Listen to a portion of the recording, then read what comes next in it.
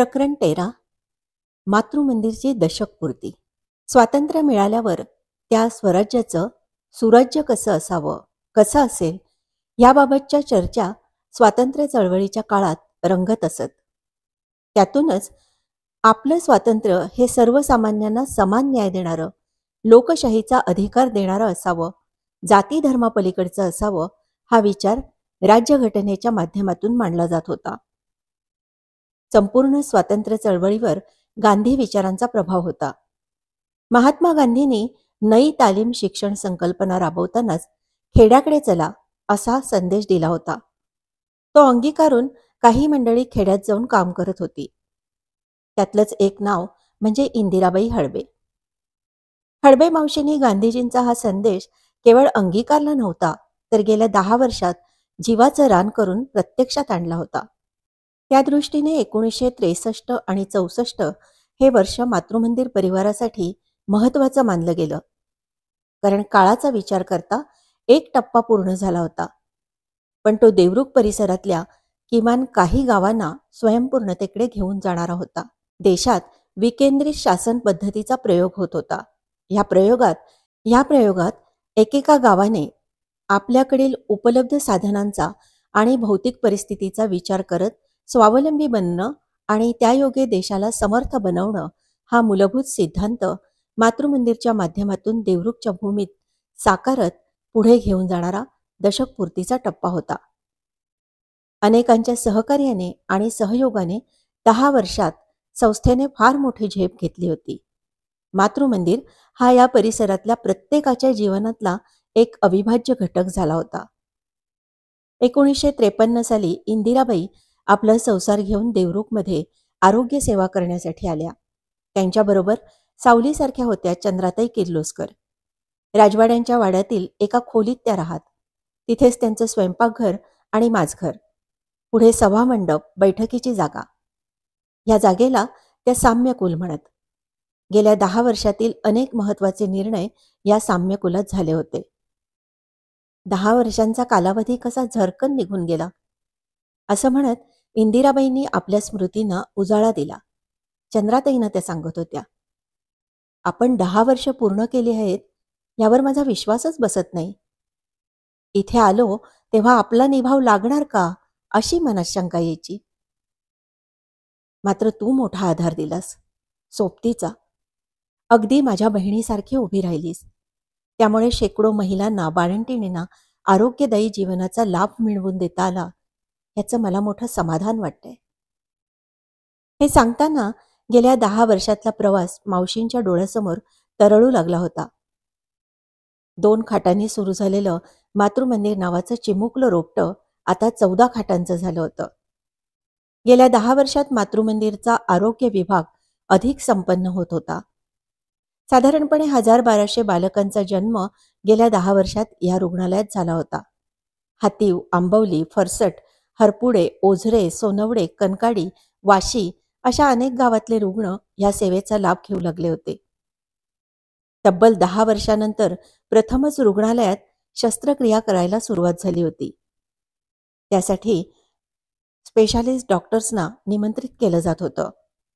ट्युबॅक्टॉमी आणि व्हेसेक्टॉमीची मोफत ऑपरेशन करण्याची सुविधा प्रथमच रुग्णालयात करण्यात आली होती. या साऱ्या पार्श्वभूमीवर हॉस्पिटलमधील कर्मचारी वर्ग प्रशिक्षित असावा याकडे मावशींचा विशेष कटाक्ष असायचा. प्रसूतीच्या बरोबरीनेच इतर रुग्णावरील उपचारांच्या सुविधाही वाढवल्या जात होत्या. त्यामुळे दशकपूर्तीच्या टप्प्यावर मातृमंदिर संस्थेचं रुग्णालय हे केवळ प्रसूतीगृह राहिलेलं नव्हतं, तर एका मल्टी फॅसिलिटी रुग्णालयाच्या दिशेने वाटचाल करू लागलं होतं. म्हणूनच एका अपघातात सापडलेल्या 2 मुलींना वाचवण्याचं काम या रुग्णालयानं केलं होतं. ही 1964 मधली घटना.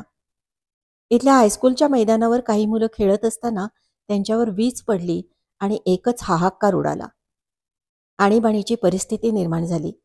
4 मुली विजेच्या लोळाच्या तडाख्यात सापडल्या होत्या.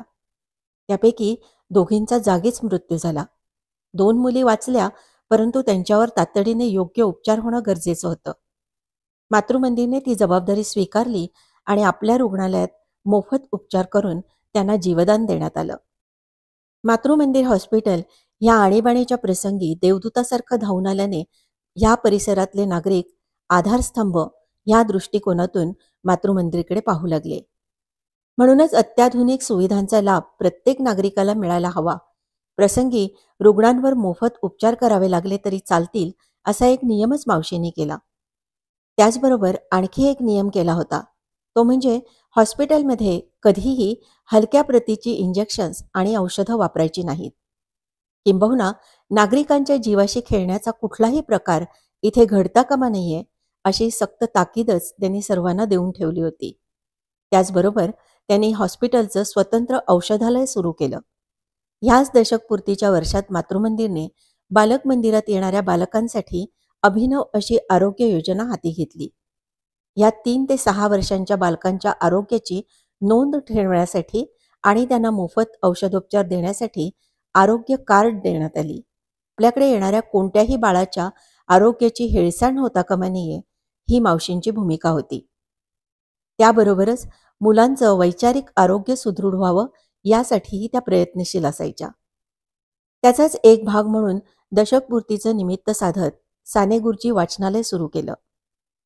तेव्हा गांधी स्मारक निधीने 250 रुपये किमतींची पुस्तकं वाचनालयाला दिली. वाचनाबरोबरच जीवनाच्या इतर अंगाचं दर्शन मुलांना घडावं म्हणून वाचनालयातर्फे विविध उपक्रम राबवले जात होते. महाराष्ट्र बालविकास समिती आणि समाज कल्याण यांच्या अंतर्गत 10 ते 15 वर्ष मुलांचं उन्हाळी सुट्टी शिबिर घेण्यात आलं. या शिबिरात कोकण कोल्हापूर जिल्ह्यातील 140 मुलं सहभागी झाली होती. विशेष म्हणजे 2400 पेक्षा कमी वार्षिक उत्पन्न असणाऱ्या पालकांच्या मुलांसाठी हे शिबिर होतं.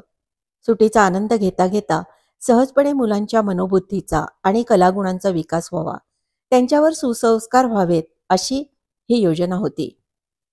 1 मे 1963 रोजी महाराष्ट्र सरकारचे मानद सफाई सल्लागार श्री कृष्णादास शहा यांच्या हस्ते या शिबिराचं उद्घाटन झालं. अनेक मान्यवरांनी शिबिराला भेटी दिल्या होत्या.